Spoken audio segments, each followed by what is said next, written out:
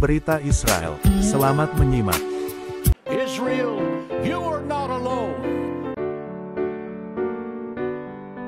Blinken memulai kunjungan Timur Tengah di Turki dalam upaya mencegah eskalasi perang regional. Menteri Luar Negeri Amerika Serikat diperkirakan akan meminta Erdogan untuk menggunakan pengaruhnya supaya mengendalikan Iran, agar berpartisipasi dalam perencanaan rekonstruksi dan pemerintahan Gaza pasca perang. Menteri Luar Negeri Amerika Serikat Antony Blinken telah memulai misi diplomatik Timur Tengah terbarunya yang mendesak di Turki, ketika kekhawatiran meningkat bahwa perang Israel melawan Hamas di Gaza dapat meledak menjadi konflik yang lebih luas. Kunjungan keempat Blinken dalam 3 bulan ini, terjadi di tengah perkembangan yang mengkhawatirkan di luar Gaza, termasuk di Lebanon, Israel Utara, Laut Merah, dan Irak. Hal ini memberikan tekanan besar pada upaya Amerika Serikat yang cukup berhasil, untuk mencegah konflik regional dalam beberapa minggu setelah perang dimulai dan meningkatnya kritik internasional terhadap operasi militer Israel.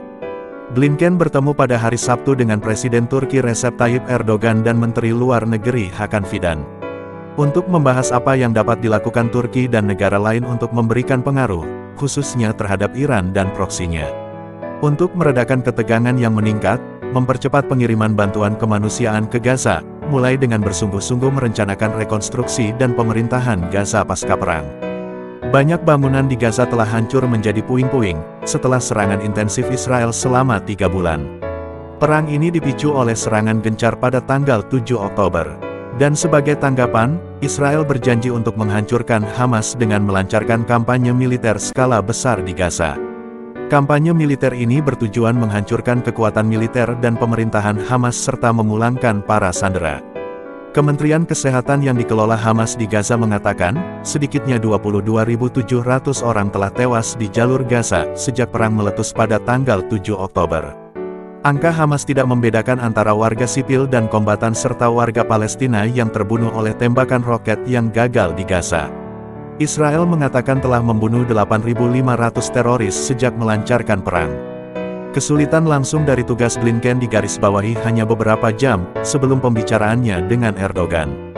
Kelompok teror Hizbullah di Lebanon yang didukung Iran, menembakkan puluhan roket ke Israel Utara, untuk memperingatkan bahwa serangan tersebut hanyalah respons awal terhadap pembunuhan yang ditargetkan, yang mungkin dilakukan oleh Israel terhadap seorang pemimpin tertinggi dari kelompok sekutu Hamas di ibu kota Lebanon, awal pekan ini. Sementara itu, peningkatan serangan terhadap pelayaran komersial di Laut Merah oleh pemberontak Houthi, Yaman, yang didukung Iran, telah mengganggu perdagangan internasional dan menyebabkan peningkatan upaya Amerika Serikat dan sekutunya untuk berpatroli di wilayah tersebut dalam menanggapi ancaman, termasuk kemungkinan mengambil tindakan langsung terhadap kelompok tersebut yang berbasis di Yaman.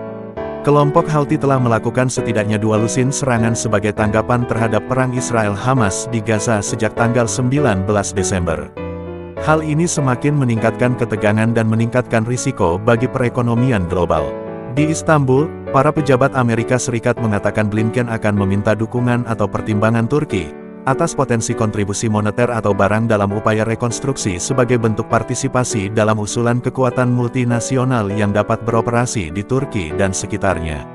Erdogan sangat kritis terhadap Israel dan Perdana Menteri Benjamin Netanyahu atas tindakan perang dan dampaknya terhadap warga sipil Palestina. Selain itu, kata para pejabat, Blinken akan menekankan pentingnya Amerika Serikat menganggap Turki mengesahkan keanggotaan Swedia di NATO, sebuah proses yang telah lama tertunda dan menurut Turki akan segera mereka selesaikan. Masuknya Swedia ke dalam aliansi ini dipandang sebagai salah satu respons penting terhadap invasi Rusia ke Ukraina.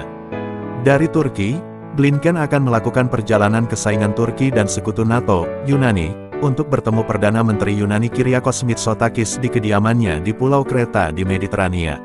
Mitsotakis dan pemerintahannya telah mendukung upaya Amerika Serikat untuk mencegah meluasnya perang Gaza, dan telah mengisyaratkan kesediaan mereka untuk membantu jika situasi semakin memburuk.